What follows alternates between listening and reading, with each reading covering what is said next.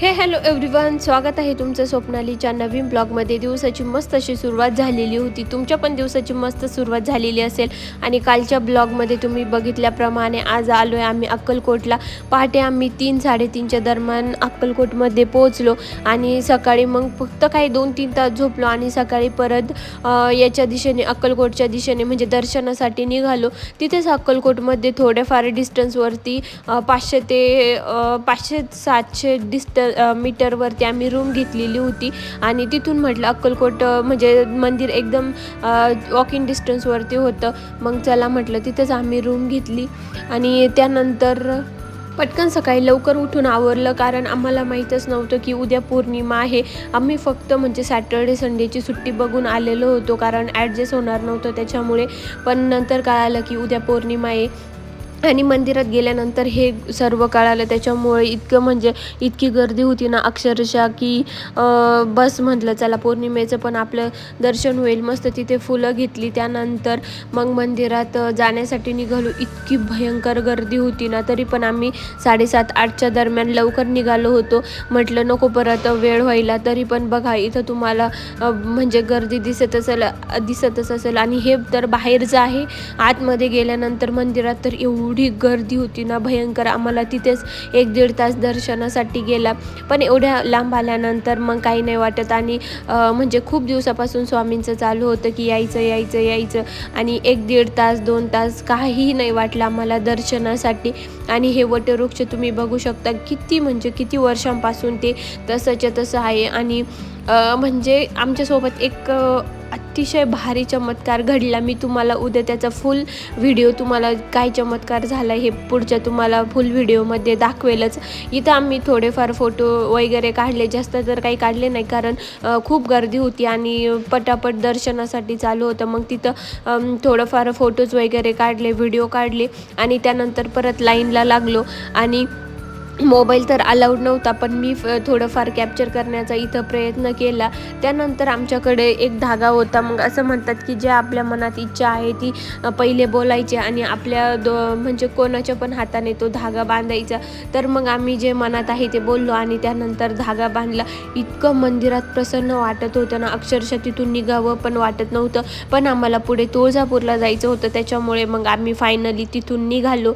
सगळं जे थोडंफार प्रसाद वगैरे होतं ते पण घेतलं.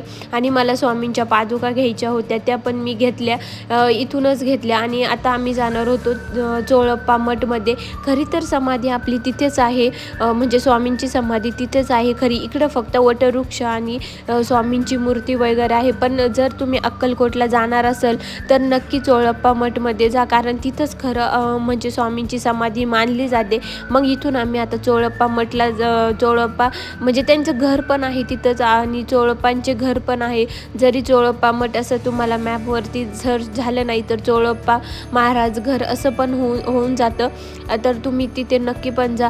आणि त्यानंतर इथं आता स्वामींची मोठी मूर्ती आहे उभी, तर तुम्ही इथं बघू शकतात. आणि इथं पण एवढी फोटोज वगैरे काढायला गर्दी होती ना. आता इथून आम्हाला चोळप्पा मठला जायचं होतं, ते काही नाही 1 किलोमीटरच्या डिस्टन्सवरतीच आहे. मग स्वामींच्या मूर्तीसमोर फोटोज आणि व्हिडिओज काढले आणि त्यानंतर मठाकडे निघालो. तिथं गाडी पार्क केली आणि इथं पण एवढी लाईन होती ना, डायरेक्ट इथूनच लाईन स्टार्ट झालेली होती.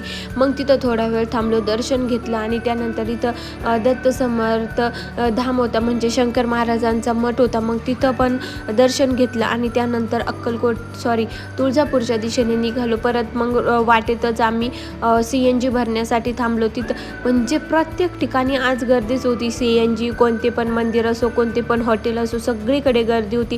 आणि फायनली आम्ही तुळजापूरमध्ये पोचलो होतो. तसा तर आमचा प्लॅन होता गाणगापूरमध्ये जाण्याचा, पण ते गाणगापूर आणि ते थोडंफार लांब डिस्टन्स पडत होतं, त्याच्यामुळे मग आम्ही तुळजापूरला गेलो. आणि आपले दादा जिथे नाही तिथं दिसत आहे, म्हणजे खरंच अक्षरशः किती भारी माणूस होता तो. मग तुळजापूरमध्ये आम्ही थांबलो, कारण 2 वाजले होते. भूक पण खूप लागलेली होती. पहिले म्हटलं जेवण करूया आणि मग मंदिरात जाऊया, कारण तुळजापूरच्या मंदिरात पण भयंकर गर्दी असणार आहे पौर्णिमेमुळे. त्याच्यामुळे आम्ही पहिलंच डिसाईड केलं. आणि जर तुम्ही इथं हे तुळजापूरमध्ये येत असाल ना, जर थोडाफार डिस्टन्सवरती 10-15 किलोमीटरवरतीच पहिलेच खाऊन घ्या. 15-20 किलोमीटरवरतीच तुम्ही असाल ना, म्हणजे तुळजापूरवरतून लांब, तेव्हाच तुम्ही खरंच जेवण करून घ्या. कारण इकडं अजिबातच व्हेज इतके म्हणजे चांगलेच हॉटेल नाही आहे. त्याच्यामुळे हे तर तुम्हाला सजेशन आहे की तुम्ही तिकडेच खाऊन घ्या जे खायचं आहे ते. आणि त्यानंतर मग इथं आल्यानंतर ओटीचं सामान घेतलं, कारण पौर्णिमा होती आणि इथं आल्यानंतर तर ओटी भरायचीच होती. मग त्याच्यानंतर ओटीचं सामान घेतलं. इथे थोडंफार मग फोटोज हे ते काढलं आणि फोटोज हे ते काय म्हणजे मेमरीज असतात, त्याच्यामुळे मग मी काढलं.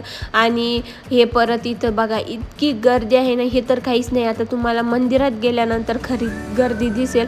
त्यानंतर मग चला म्हटलं आता लाईनला लागूया, कारण ऑलरेडी खूप उशीर झालेला होता. परत आम्हाला पुण्याच्या पण दिशेने निघायचं होतं.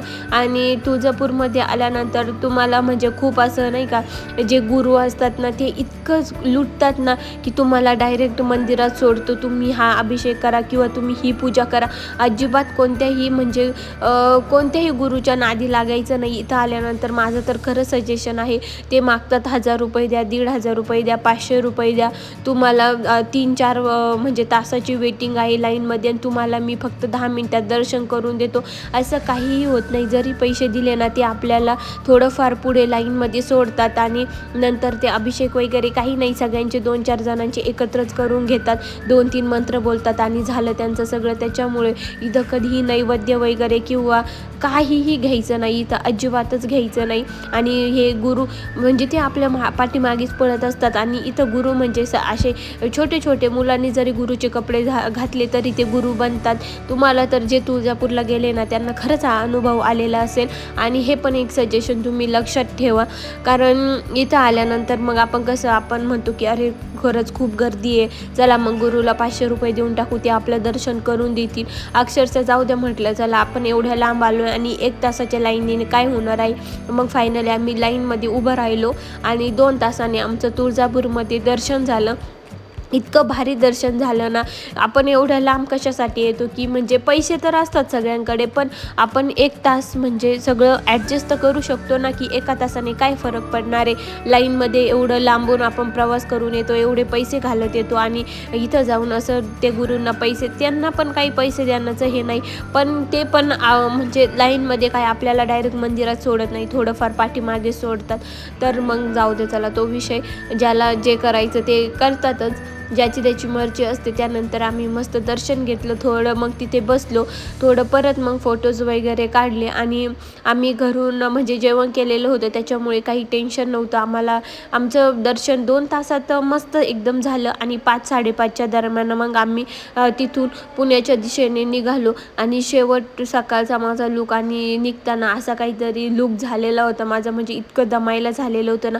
खूप छान अशी ट्रिप गेली. येताना पुण्यात मग जेवण करायला थांबलो आणि जेवण करून दिवसाचा मस्त असा शेवट केला. 1 डे ट्रिप होती, एकदम मस्त झाली. आणि फायनली आम्ही पुण्यात आलो आणि आम्हाला वाजले होते 3. तर आता मी उद्या काही ऑफिसला जाणार नाही, घरूनच सगळं करेल. तर चला मग आता इथेच ब्लॉग संपवते. ब्लॉग कसा वाटला हे मला नक्की कमेंटमध्ये सांगा. Thanks for watching. चलो बाय.